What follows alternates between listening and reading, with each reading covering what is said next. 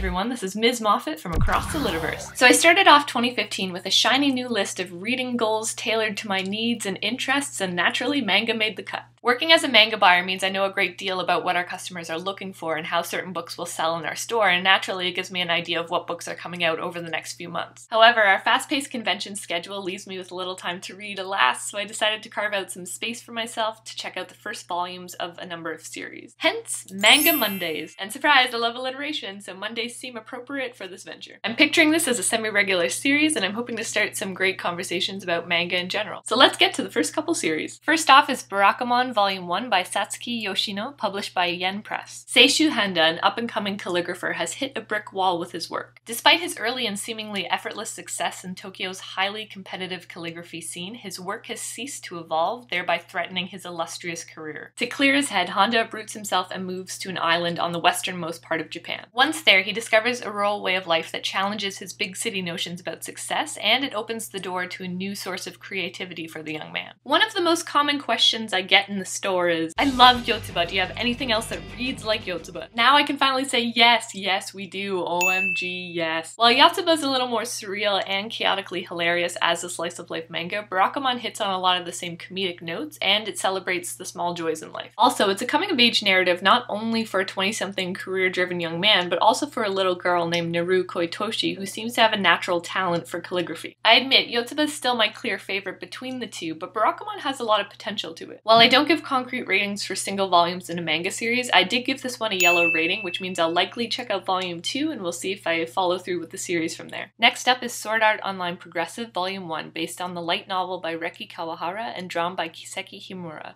Once again, this is courtesy of Yen Press. If you know anime and manga, you've definitely heard of Sword Art Online. In 2022, a virtual reality, massively multiplayer online role-playing game called Sword Art Online hits the markets and causes worldwide panic in its wake. To access the game, players must wear nerve gear, a virtual reality helmet that stimulates the 5 senses via the brain. In essence, your consciousness is uploaded to the game itself. On November 6, 2022, players who logged into Sword Art Online discover they cannot log out. To be freed from their virtual prison, they have to win the game. And if you die in the game, you die in the real world. The story follows Kirito and his motley crew of survivors as they travel through dungeons and fight to survive in their new reality. Sword Art Online Progressive starts at the same point that Sword Art Online starts. However, you enter this world through Asuna's perspective. In the original Aincrad arc, you learn that Asuna is a powerful and quick fighter, and she becomes one of the leaders of the Blood Knights, one of the most powerful guilds in Sword Art, but you never learn how she gets to that point. Progressive, however, deals with Asuna's story firsthand, and it's about time! I like Sword Art Online, and I've always been curious to know more about Asuna's background, so you better believe I'm on board with this series, and I gave it a green rating. As a side note, there's a bizarre bathing scene in the first volume that's made me a little leery about recommending this series to young kids. It's weirdly fanservice-y, and it's my only nitpick at this point. So that's it for my first Manga Monday segment, and hopefully one of these series has caught your eye. So if you have any recommendations for series I should check out, or if you've read these 2 series and want to leave your 2 cents, please feel free to leave comments below. Signing off.